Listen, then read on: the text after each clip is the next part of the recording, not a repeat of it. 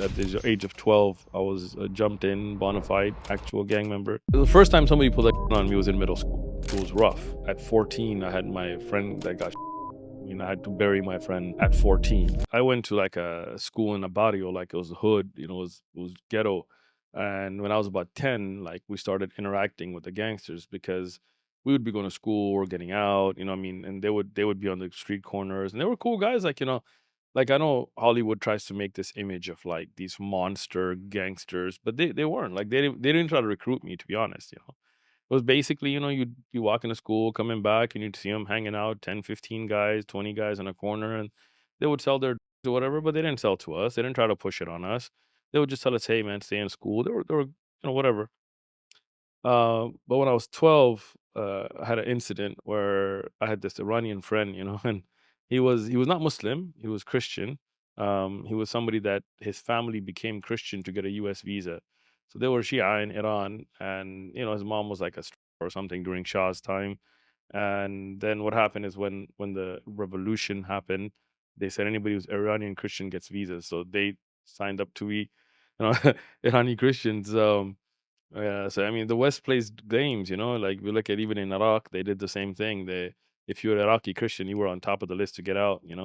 So a lot of people fake it just to get the visa. May Allah protect us. So he was there, but because he was kind of Middle Eastern, I kind of like, vibe with him. I was like, "This is my." So I used to roll with him, but he liked to start stuff. Like me, I didn't. I was cool about it, but so he started a fight, and then these three big Mexican gangster guys, cholos, they started beating him up, and they were, I was about 12 at the time, and these are 18-year-old big guys. So I jumped in because my father had always like pushed this Pashtun honor, this kind of thing in my head. So I jumped in, started punching the guys, trying to get him off him, and then he runs away. And I get left to get beat up. So, there's three big guys and they put like a knife to me and all that. I was 12. And I stood my ground, but obviously I got beat. Not gonna lie, it's not gonna be like a fairy tale or something, right? 12 years old. So I get home, busted eye, busted lip, bleeding, clothes are ripped and all that. And my mom, she's of course a very caring mother. I tried to hide it from her, but I couldn't. Big old black eye, how you can hide it? And when she found out, she called my dad. He was visiting, so he drove over to my house where I was living. And I remember he pulled me to the room and he was like, "Look, I got two questions. Did you run?" I said, "No, I stood." He said, "Did you cry?" I said, "No." He said, "It's all good then." Bro, Allah Barak. So essentially, when you came to, a lot of these environments, a lot of these situations, did you ever feel cowardly? And this is something I ask you because many times growing up, especially when you're outnumbered, especially when you're not like the demographic of people around you, you tend to just bow the knee. I mean, to be honest, no. I mean, I felt scared at times because, you're getting jumped and things like that. It's not gonna act like you don't get scared. But I always stood my ground. So, we stood our ground. And my father, then he told me, he was like, let's go find him. And he had this big old Camaro muscle car at the time. And we jumped in and we drove around and we found that gang. And my father jumped out with a baseball bat, one in the head, shot the other guy's shoulder. My father was Pashtun, so he was a tough guy too. But the problem is that he then left to go back to his nice neighborhood and live, and I had to go to school the next day. So you can imagine, I mean, a 12-year-old, and these gangs, as you know, I mean, like I travel a lot, and you go to areas like other countries, and their gangs are like 20 people, 30 people. But SoCal, the gangs like the Crips and Bloods and S's and Sureños and Norteños, these are not small gangs. These are gangs that are number in the hundreds of thousands at times or tens of thousands, like MS-13 or 18th Street. They're international, right? I mean, this gang was about 5,000 people, something like that. But I mean, that's a huge gang. I mean, they would hang out in certain pockets, like 60 guys, 50 guys, 40 guys. But that would be, these are people that rep hard. So the next day in school, they were like, kids were laughing at me. Yeah, is that kid's gonna get killed today? Because the green light was there that they were gonna come that day, and basically after school, like so because I mean, we just put two of their guys in hospitals, and they a gang is only worth the respect that they have on the street, and who's going to respect a gang that gets beat up like that? So at that time, there was another gang called East Side San Diego Sureños, and they approached me and they were like, "Look, we know you. We've seen you around school. 'Cause I used to get in fights and stuff because I was different, and I always fought. So we know you can fight. So why don't you join us and you can live? We'll protect you because they're about 6,000 strong, or you could die." so And is this where Shooter came into the mix? Okay, so go into that. So gang members always have names, like they have nicknames, like Diablo, Travieso, Boxer, this or that. Um, I didn't get my name till later, but that is where I got involved in gangs. At the age of 12, I was jumped in, bona fide, actual gang member, and basically it was for survival. I mean, to be honest, because a lot of these kids nowadays raised in nice neighborhoods, white kids and all that, try to act like gangsters because they think it's cool, but that's not how we were raised. It was survival. It was you had to do what you had to. It was either that or get killed or be a punk, like, and I can't do that. So I mean, a man's a man, right? Like, I don't know. I mean, like nowadays, all this thing about teaching men how to be men, like it's kind of a sad world that we even have to discuss that because I thought being a man was pretty much in your DNA as a man, right? So as a man, I'm not gonna let somebody take advantage of me. So I mean, that's the only survival we had. We couldn't go to the police. Police didn't care. We couldn't go to the authorities. My school was so bad. Wilson Middle School. I mean, San Diego. We had a metal. This is a middle school. So imagine the sixth, seventh, eighth, right? They had a metal detector from the number of kids that brought knives and guns. We had kids that brought to school in middle school. Sometimes I go to other countries and people are like, "Oh my god, we got knives." And you're like, "Oh my god, man!" When I was in middle school, kids were bringing fully auto to school. So how you gonna try to scare me with that, right? So it was crazy. It was rough. I mean, especially in the late '80s and '90s, SoCal was like a lot of rappers and stuff. They talk about this was hell on earth because the gang scene was so bad. We had a drive by at my middle school, sixth, seventh, eighth, and these people came in a car and shot us up at lunch. So I mean, it was that bad. But that I had a and I still do have a fond soft spot for guns anyway, because I think it's a manly thing. I like guns, legally. Not trying to get me in trouble here. Second Amendment. So because I had the first time somebody pulled a gun on me was in middle school. This kid pulled a 22 on me, and he pulled it out, and I remember laughing, going, "That's like a little girl's, so cute."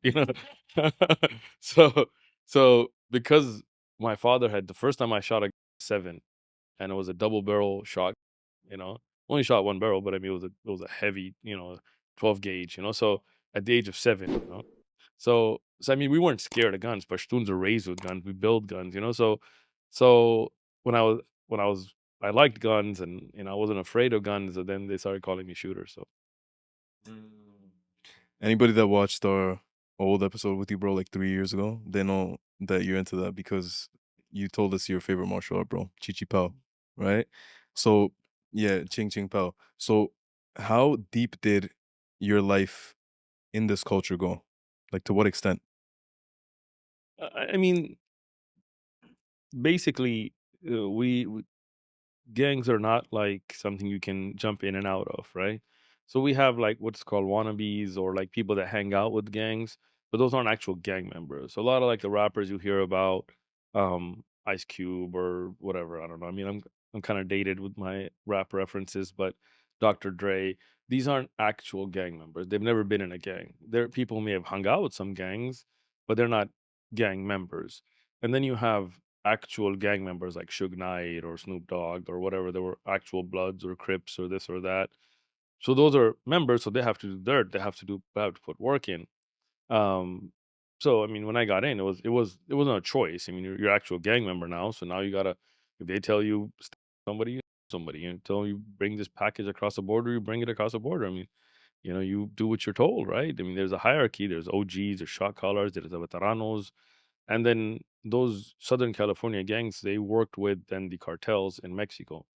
So basically, we were foot soldiers and smugglers for the cartel, right? It's like I mean, I was never in the cartel. We see sometimes people put like posters from the cartels. I was never in the cartel, but I worked with them. So I used to live in San Diego, so I mean it's right next to Tijuana, Mexico, which is the highest murder rate in the world. You can Google it. So that's a corridor of drugs coming in from South America, from Colombia, from everywhere through Mexico into the US and then further into Canada and all that. So it's a war zone. There was Alex Felix cartel, there was Sinaloa cartel. They would go back and forth, Chapo Guzman and all of that. So they would reach out to us as gang members and be like, okay, we need to do a hit in the US. So here's a name, take care of it. Or we need to bring something across. Come over here. We'll fit it into your car. You drive it across, or all kinds of creative. They had creative ways, little water. I mean, they didn't have drones at that time. They use them now, but they would dig tunnels and they would have little unmanned water boat thingies that they would fill up and then we'd go pick it up for them, whatever. So we got involved in that life. And again, I just want to be clear. I mean, it wasn't a good life. I mean, I'm not glorifying it. I mean, it was rough because at 14, I had my friend that got. I mean, I had to bury my friend at 14. So nowadays, kids, if their Wi-Fi signals drops, they're having a horrible day, and we had to worry about putting our 14-year-old friend in the ground, who got shot in the head. We had stabbings, we had shootings. I mean, you had to worry about the regular, like that's why I can't watch TV shows like what's that? I don't know, that Third Rock or whatever TV. I don't watch TV anyway, but I mean, people are like, oh, check out this show or that show because it drives me nuts from the background that I came from. Like kids are like, oh my god, who am I gonna take to the prom? Like that's their big depression. I'm in depression. I don't have a date for the prom, and you're like, bro, you're alive. You're not getting shit. We had to worry about all those kind of middle school, high school things, and had to worry about okay, you're sitting in class and 60 gang members are rushing down that walkway to jump and then, I mean, I remember those days. You'd be sitting and then they'd come down the corridor and then suddenly they'd bust into your class and they'd look for you and whoever's from your gang. And if two, three of you were sitting in the class, they'd pull you out and they would stomp you, they would jump on your head with baseball bats. And, I've got places in my head where hair doesn't grow because I was hit by golf clubs, by crowbars, by baseball bats,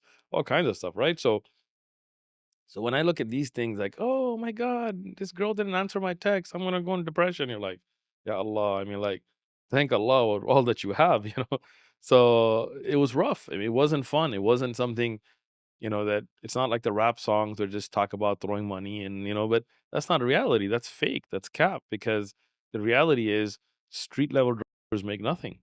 You know, the ones that make a lot of money are the higher level guys, and even they end up in jail for 20 years, 25 years. Where's Chapo Guzman today?